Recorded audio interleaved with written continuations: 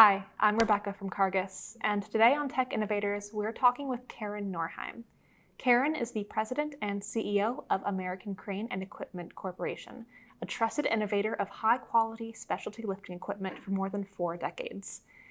Before we chat with Karen, we would be so happy if you considered subscribing to our channel, leaving a comment with your thought on manufacturing and customer success, or just offered a thumbs up at any point during the interview. That being said, let's talk to Karen.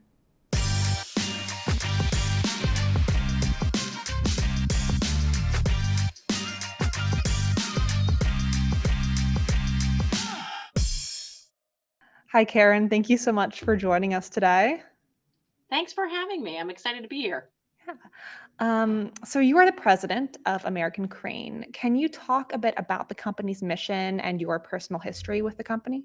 So, American Crane is headquartered in Douglasville, Pennsylvania. We're an expert in the design and manufacture of overhead cranes, hoists, and other material handling equipment.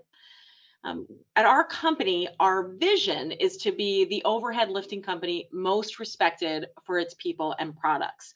Our mission is really to make our customers' lives easier. We do what we commit to do, we do it well, and we do it on schedule. In addition to that, we believe at American Crane, the most important part of our business is our people. So we really try to foster a culture that helps them to grow, empowers them, and is also, safe. So we like to say we are gritty at American Crane, and that we put perseverance, heart, and integrity into everything that we do. My history with the business, American Crane, is actually my family's business. My father recruited me to come and work for him years ago. I did not come willingly. I was very reluctant. How cool could manufacturing be? Well, I could not have been more wrong. It has been over 20 years since I made one of the best decisions of my life. Through my work at American Crane, I found my passion for manufacturing and the best job that I've ever had. What are some of the main products that you manufacture? You touched a little bit about that, or on that. Sure. So overhead lifting equipment or overhead lifting systems. This for us on our product offering includes double and single girder cranes. We do hoist standalone by themselves. We have a product called Bridge Repair Travelers, which runs on the underside of bridges for maintenance and repair. In the cranes, we do other applications such as clean room cranes. We have smart crane systems with monitoring. We also do jib cranes and gantry cranes. So we're really capable of customizing um, our equipment for what our customer needs. Really, I believe that we make beautiful machinery. So our craftsmanship, quality, and expertise really shines through. I'm really always so proud of our people and the customers that we serve. The cool thing about our products is all of the different applications. We have equipment that's used to move spent fuel. We have equipment at nuclear power plants. We have equipment that's used to manufacture truck bodies. We've helped NASA manufacture spacecraft. We've even moved fish up and down rivers around hydro plants. So really exciting work. Really love being a part of it. And manufacturing is always so exciting because you get to take something from a piece of paper and bring it into physical existence. It's like literally just creating new things, which is really cool. Yes. And you work with so many different products. You just named like a half dozen kinds of cranes just for starters.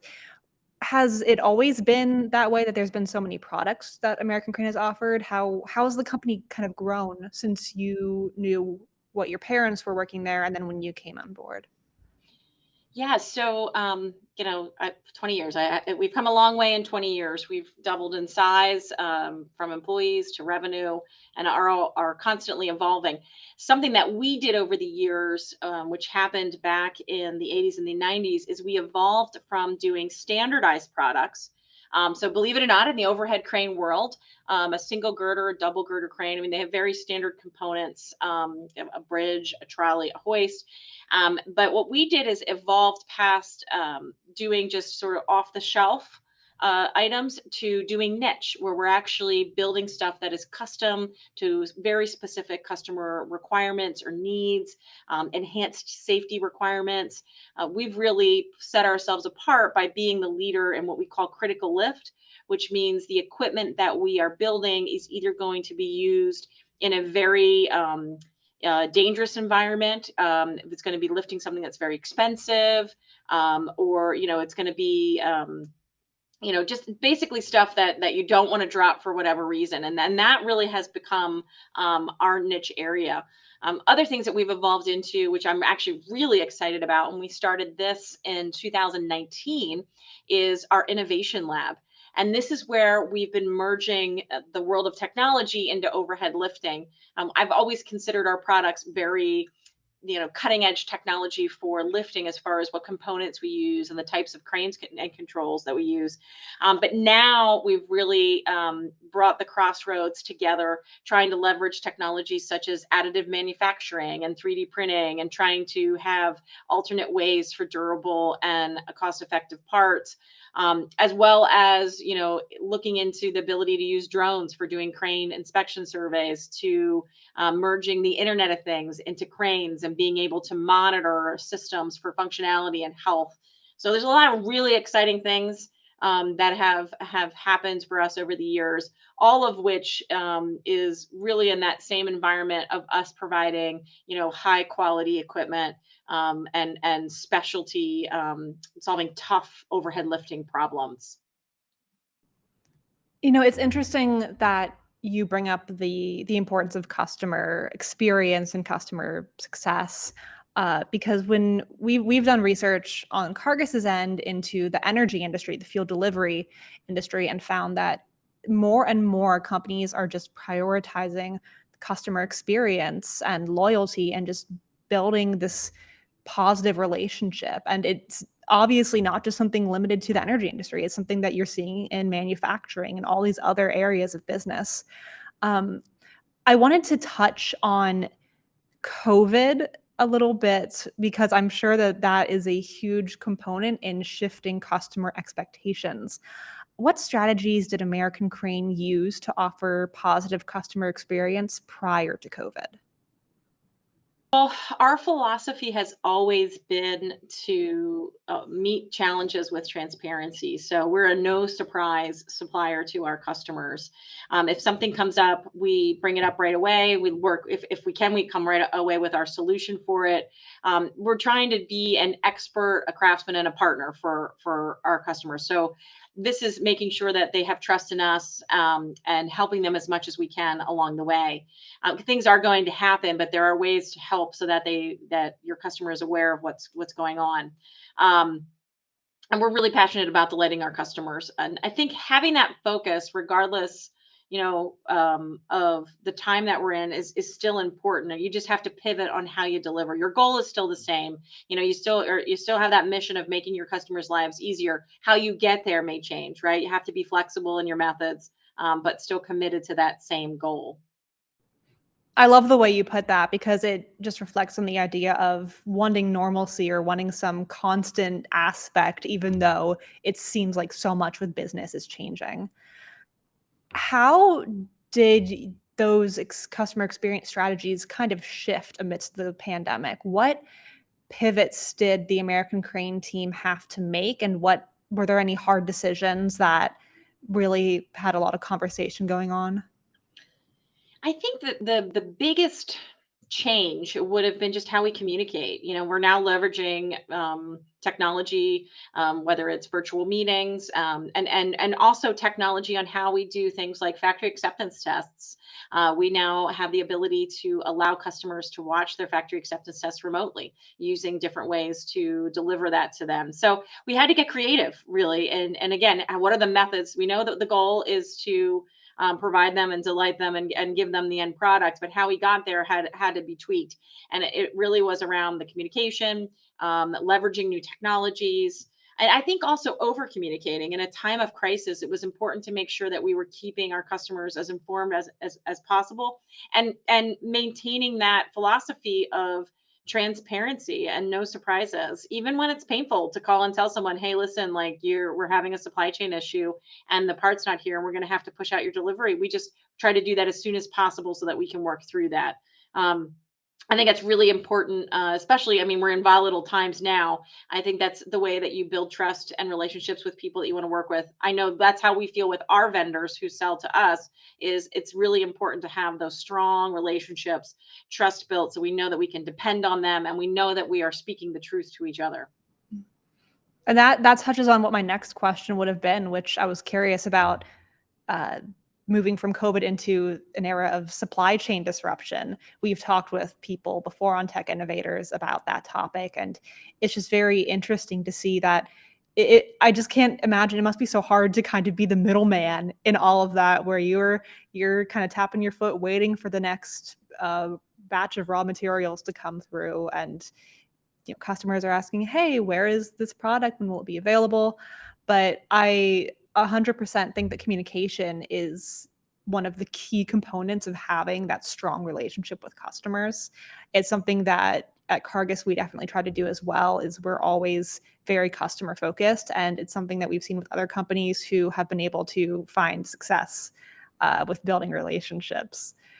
I did notice as well, speaking of customers and purchases, that American Crane does offer an online store. I was curious, in the B2B space, how that store has impacted order entry and the customer service processes that you have. Yeah, well, we've actually had our online store since 2009. So it's been around for a while. What happened is, over the last couple of years, it has did become sort of out of date. You need to keep evolving with the technology and evolving with how people engage with, a web platform. So that's been really interesting, kind of staying up to speed there. And we are facing challenges when as far as like the order entry process. We're trying to connect our systems, which Cargus helps us out a lot with, to make it more streamlined on the back end, right? So we want to maintain that customer experience where it feels seamless to them, but on the back end, we might be jumping through a couple hoops to make that happen. So we really try to work to streamline that, so things that can move smoother and faster. And look to new technologies that we can embrace. I mean, it is a very interesting time, especially for things that you sell in like an online environment. There's a lot of erosion on price and margins. I mean, you're publishing a price and you're publishing inventory, and a lot of things we have shifted to, saying, that it's coming in based on when the lead time is from an end vendor that we work with. It just makes for a lot of management. There's a lot of micromanagement. I would say that our internal processes have improved significantly trying to manage this, because we've had to, out of necessity, become more efficient, more aware, and we have to micromanage the relationships on both sides, right? Not just with our customer, but also with our vendors. And it's been interesting. But I think we are doing our best to navigate through the space and what's happening. And I'm sure that having a foothold on technology, on different automation capabilities and different solutions, has helped American Crane make that transition and be able to drill down more into your processes. Yeah, I mean, you have to have a mindset of embracing technology. There's a good balance between, shiny objects that you think are going to help you versus things that really can provide good ROI.